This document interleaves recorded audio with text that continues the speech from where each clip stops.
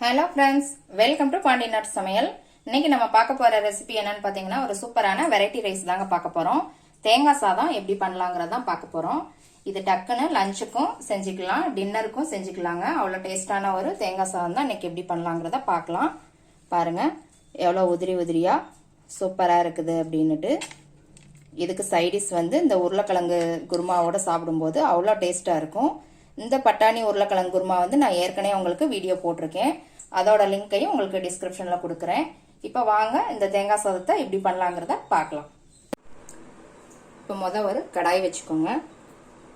அதில் ஒரு ஸ்பூன் நெய் விட்டுக்கோங்க. நெய் வந்து ஆப்ஷன் தாங்க. நெய் ஃப்ளேவர் பிடிக்காதவங்க ஆயிலே சேர்த்துக்கலாம். 2 ஸ்பூன் பக்கம் எண்ணெய் விட்டுக்கோங்க. எண்ணெய் சூடாகட்டும். இதில் 1 ஸ்பூன் கடுகு, 1 ஸ்பூன் உளுத்தம்பருப்பு, 1 ஸ்பூன் கடலைப்பருப்பு, 1 ஸ்பூன் சீரகம். இது லேசாக பொரியட்டும். இது லேசாக இந்த மாதிரி கிளறி விட்டுக்கோங்க. ரொம்ப கருக விடுற அளவுக்கு வறுக்க வேண்டாங்க. லைட்டாக கலர் சேஞ்ச் ஆனால் போதும். இதோட கருவேப்பிலை, 2 பச்சை மிளகாய் பொடியாக நறுக்கி போட்டுக்கோங்க. 3 வரமிளகாய். காரம் வந்து பச்சை மிளகாயும் வரமிளகாயும் மட்டும்தாங்க. உங்களுக்கு தேவைக்கு கூட்டிக்கோங்க, குறைச்சிக்கோங்க. ஒரு துண்டு இஞ்சி இந்த மாதிரி பொடியாக நறுக்கி போட்டுக்கோங்க, இல்லைன்னா துருவி கூட போட்டுக்கோங்க. இப்போ இதை எல்லாத்தையும் லேசாக வதக்கிக்கலாம். இதோட ஒரு 1/4 ஸ்பூன் பெருங்காயத்தூள், இதோட ஒரு 5 முந்திரி பருப்பு இந்த மாதிரி சின்ன சின்னதாக பிச்சு போட்டுக்கோங்க. இது லேசாக வறுத்துக்கலாம். இப்போ எல்லாம் நல்லா வறுபட்டுருச்சுங்க. தேங்காய் வந்து நான் அரை முடிக்கு மேலேயே கொஞ்சம் துருவி எடுத்துருக்குறேங்க. இதப்போ இதில் சேர்த்துக்கலாம். தேங்காய் வந்து ரொம்ப வறுக்கக்கூடாதுங்க, கலர் மாறிடும். ஒரு 1 நிமிஷம் மட்டும் இந்த மாதிரி வறுத்துக்கலாம்.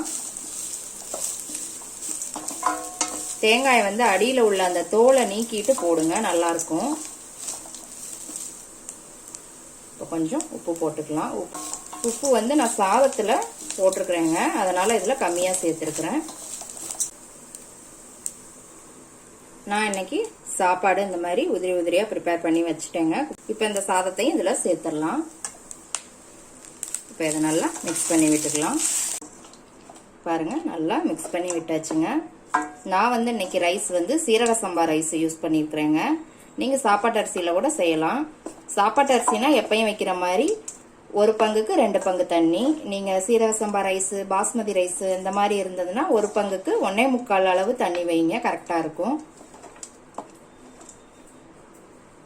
ஃபைனலாக கொஞ்சம் மல்லி இலை போட்டுக்கலாம். பொடியை நறுக்கி போட்டுக்கோங்க. போட்டுட்டு நல்லா மிக்ஸ் பண்ணி விட்டுருங்க. சூப்பரான தேங்காய் சாதம் ரெடி ஆயிருச்சுங்க. இதுக்கு சைடிஷ் வந்து உருளைக்கிழங்கு பட்டாணி குருமா சூப்பராக இருக்குங்க. அப்போ காளான் கிரேவி கூட நல்லாயிருக்கும். உங்களுக்கு காளான் கிரேவி, உருளைக்கிழங்கு பட்டாணி குருமா வீடியோவோட லிங்க்கெல்லாம் உங்களுக்கு டிஸ்கிரிப்ஷனில் கொடுக்குறேன், அதையும் போய் பாருங்கள். இப்போ இந்த சூப்பரான தேங்காய் சாதம் ரெடி ஆயிருச்சு. எப்படி இருக்குன்னு செஞ்சு பார்த்துட்டு கமெண்ட்டில் போடுங்க. லைக் பண்ணுங்கள், ஷேர் பண்ணுங்கள், சப்ஸ்கிரைப் பண்ணுங்கள். கூடவே பெல் ஐக்கான் பட்டனையும் அமுக்குங்க. மறுபடியும் வேற ஒரு ரெசிபியோட சந்திக்கலாம் ஃப்ரெண்ட்ஸ். அன்போடு சமைத்து ஆனந்தமாய் உண்டு இன்பமாய் வாழுங்கள். வாழ்க வளமுடன்.